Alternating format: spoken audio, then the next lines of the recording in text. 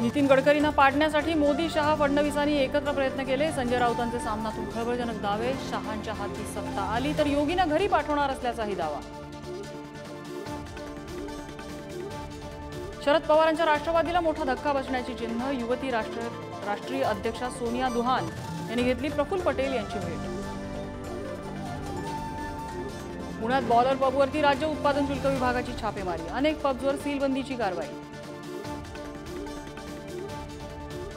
नाशिकमध्ये सराफ व्यावसायिकांवर आयकर विभागाची धाड। 26 कोटी रोकड, 90 कोटींचे बेहिशेबी मालमत्तेचे दस्तावेज जप्त। सलग 30 तास झाडाझडती। मराठवाडा विदर्भासह पश्चिम महाराष्ट्र आणि कोकणातही दुष्काळाच्या झळा। पाण्यासाठी पायपीट सुरू, धरणंही पडली कोरडी ठाक।